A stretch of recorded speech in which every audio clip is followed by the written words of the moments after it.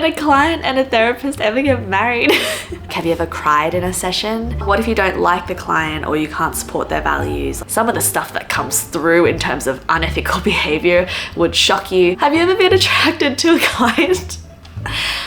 How do you deal with aggressive patients in private practice? I'm someone who hates confrontation. Like, I'm such a sensitive, like, oh my God, they're angry at me. What to do if therapy doesn't work?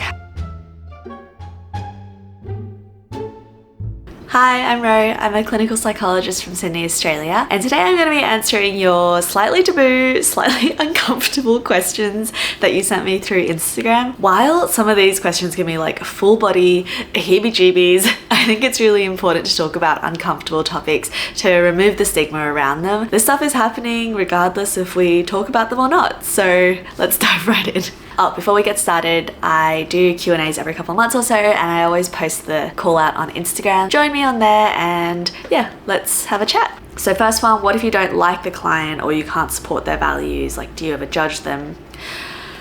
So yes, because I'm a human and all therapists are humans. We inherently have our own biases and just like stuff that we like, don't like, ways that we live our life, ways that are different to our clients. And so yes, there are inherently times where people will sit down and I'll think that's a bad idea. And people do things that considered theoretically unethical. You know, I have people who have cheated on their wives, cheating on their girlfriends, people who describe kind of excessive drug use, people who describe illegal activities involving finances.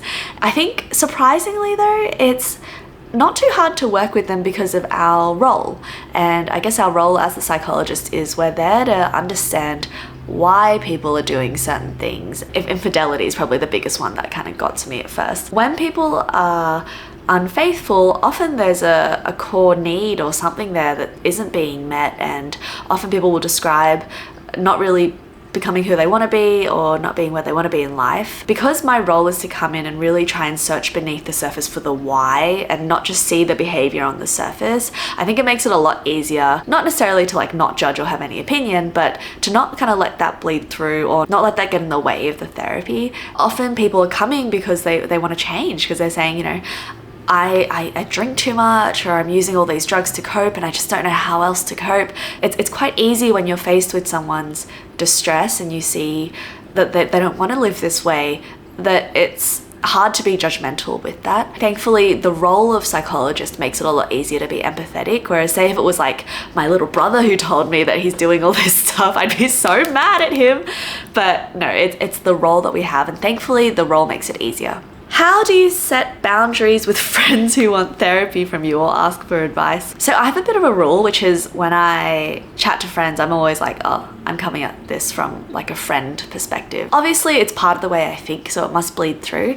But I've never actually had any friends come to me and literally say, hey, can you be my therapist, or you know, whatever. They might have said like, you know, could I have your opinion on this? But they would have asked that prior to me becoming a therapist. Generally, we also want to tell friends or family that our skill set is for strangers. Like the way that we're trained, it's not for people that we are close to, friends and family, because it'll interfere with what we do. Just like I said in question one, if they're really close to me, my judgment will be different to if they're strangers. And so we don't want to let that personal kind of relationship get in the way. I'd never offer therapy to close family and friends.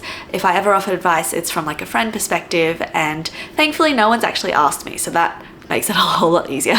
Okay, next. What to do if therapy doesn't work? How do you deal with that? Look, yeah, sometimes therapy doesn't work. There's a myriad of reasons why that might be the case. It could be that your treatment plan sucks and you're just not on the right route. You haven't formulated the client correctly, you don't understand them correctly. And it's definitely happened for me where you just do stuff and you're doing it and you just feel like it just gets stuck and you're not moving forward. But there's a couple of ways to like troubleshoot that. One thing as a whole that I've gotten a lot better at is not rushing into the therapy. I think previously I had this sense that I had to do everything and I had to like get results quick.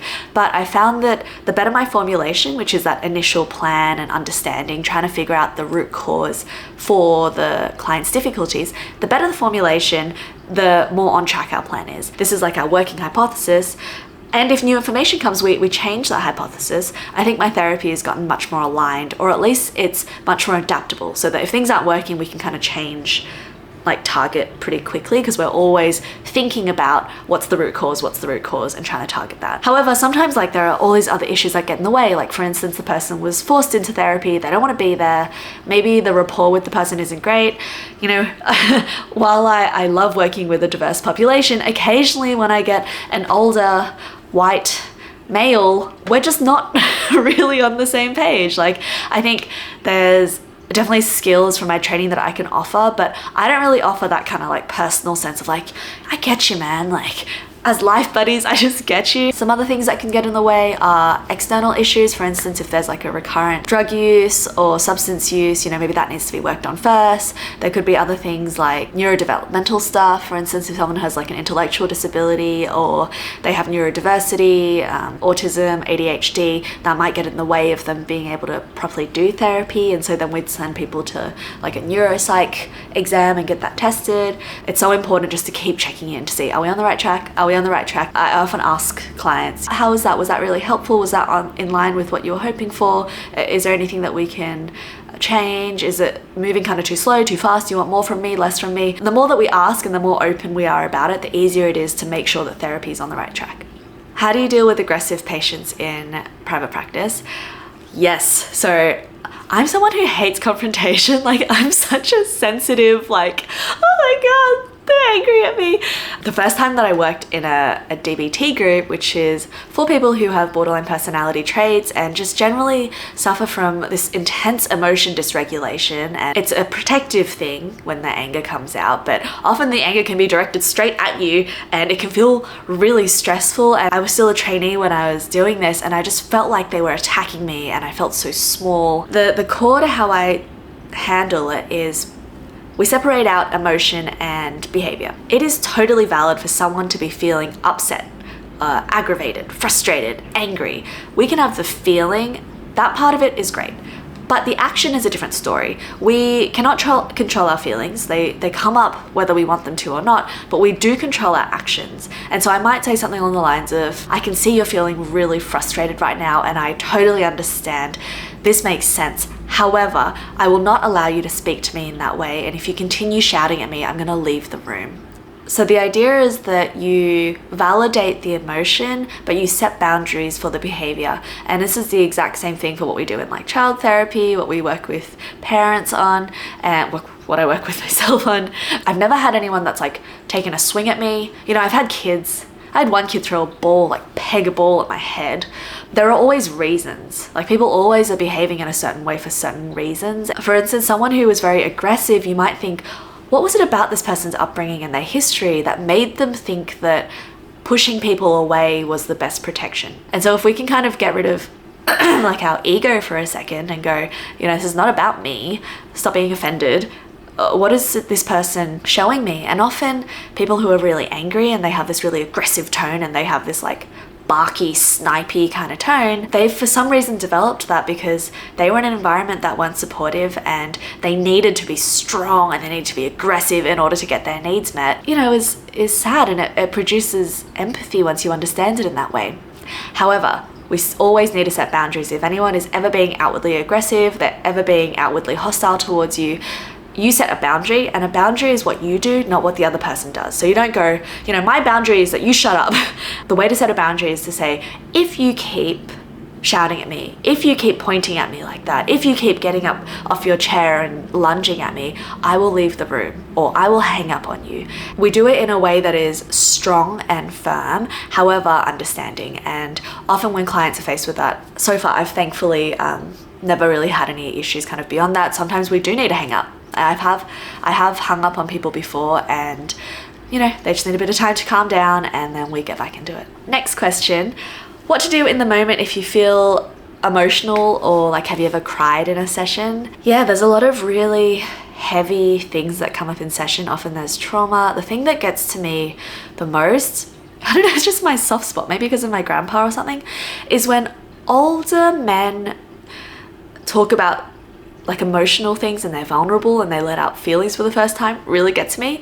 And the other thing is young women who have been taken advantage of, or there's been some sort of like sexual assault there, and I just there have been times where I felt quite emotional. Someone's story has really impacted me. There's something about being a therapist though, and your role that kind of provides a bit of a barrier. Firstly, because my role is there not to be, you know, their best friend and have a big cry and have a hug about it. I kind of see my role more as being that understanding, empathetic, but solid frame. I think it's unhelpful if a therapist ever really escalates the emotion. So if someone's sobbing and then you see the therapist like, oh God, it's terrible, I can't, oh, this is too much. The focus turns from the person onto the therapist, and the person goes, oh gosh, are you okay? I'm sorry. Like, you know, we don't want the client to feel like they're burdening us with these big things. You know, it's really brave for them to speak about it, so stop. I actually haven't felt that sense of really, really wanting to cry. At times where I have really felt it, I think I just show it. Like I really, like we have to take a pause, we take some deep breaths. Sometimes there's no words for it. You just sit there, and sometimes that's all that someone needs. It's just knowing that someone is there with them and understands and is there. Don't get me wrong though, like plenty of times I've gone home and cried. Like some of the stuff that people have told me, you know, especially some of the more like assault-based kind of things, like it's just heavy. It is really heavy. In DBT it talks about the like levels of validation. Actually one of them is like really feeling it with the person, so it could be crying with the person. Certain forms of therapy I think lean more towards being able to express and being able to be more of yourself. With CBT it's a little bit less of that. Yeah, it really depends on the type of therapy. It really depends on who you are as a therapist, and I don't think there's any real wrong way to do it unless you're like really taking over the session with your emotion. Can a client and a therapist ever get married? Yeah, they can. There are a set of ethical guidelines that we go through, and there is a psychology board, and they have an ethics committee. And I think the statute kind of limitations or whatever is 2 years of the client and the therapist not working together anymore. It is also better if the type of therapy was more of like a surface level thing. You know, you came for a spider phobia and we got to know each other, and you know, we stopped therapy, we meet on a dating app 3 years later. I think that's kind of fine. But if it's something really deep and it's about someone's childhood trauma, it's about what a difficult relationship they've had with their partner, it's, you know, deep couples therapy or something, obviously there are slightly more ethical issues involved, but it's a grey area, right? Like it's not like they're going to go through every single couple and approve whether you get married or not, or disapprove. But generally you cannot date or obviously marry a client of yours unless there has been a space of a couple of years, and it's kind of strongly recommended that you don't.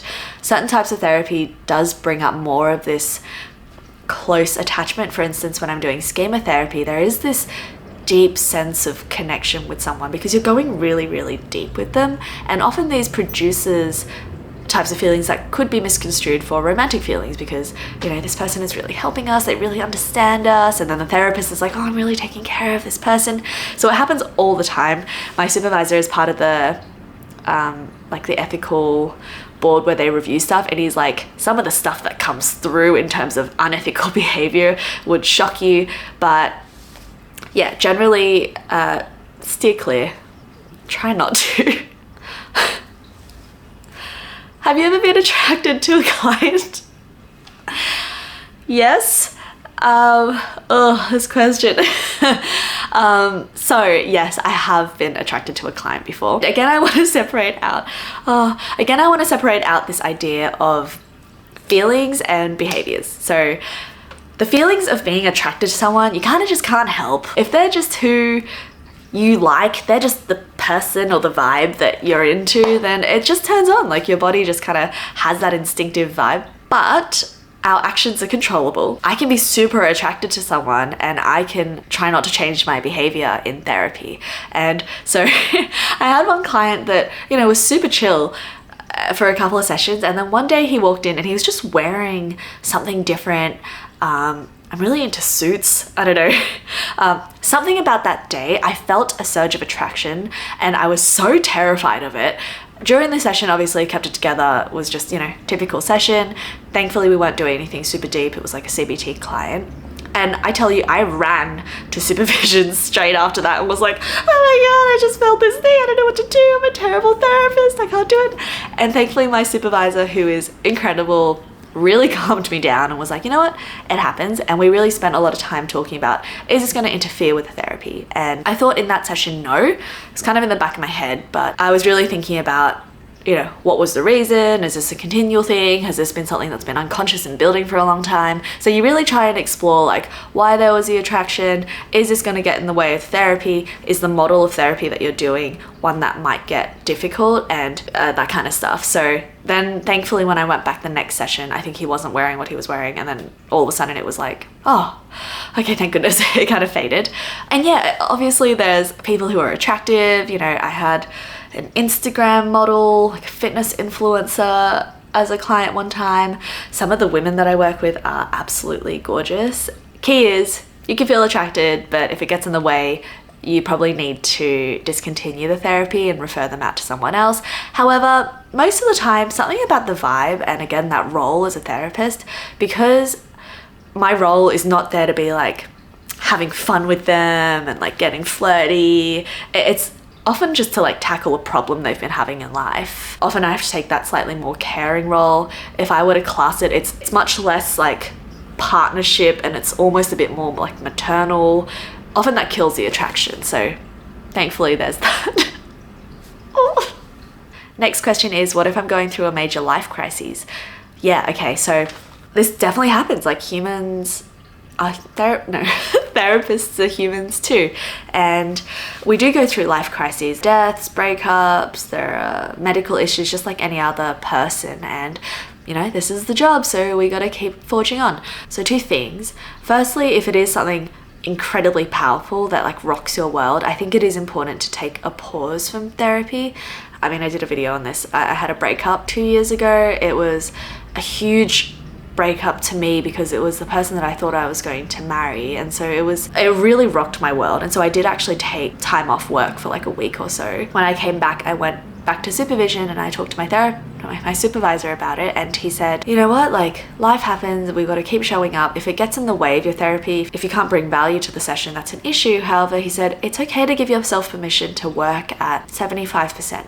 You know, maybe you're not the most bright version, enthusiastic version, you know, maybe you're not doing all of the research before the session. It's okay if you bring a slightly more muted self to the session, and you know, that's part of being a human, and in any other job as well. It's especially a therapist where it's such an emotional role, and we talk about such emotional things, and sometimes there's a lot of crossover with people's other life issues. Instead of forcing myself to like grit my teeth and get through it, having the permission to go, you know what, I can give 75% today, that was helpful. And you know, it only lasted for a little bit, and then actually going to therapy was one of the most therapeutic things for me going through that breakup, because for a couple hours each day I didn't have to think about my suffering, and I was able to really focus on someone else. So I actually found it really helpful.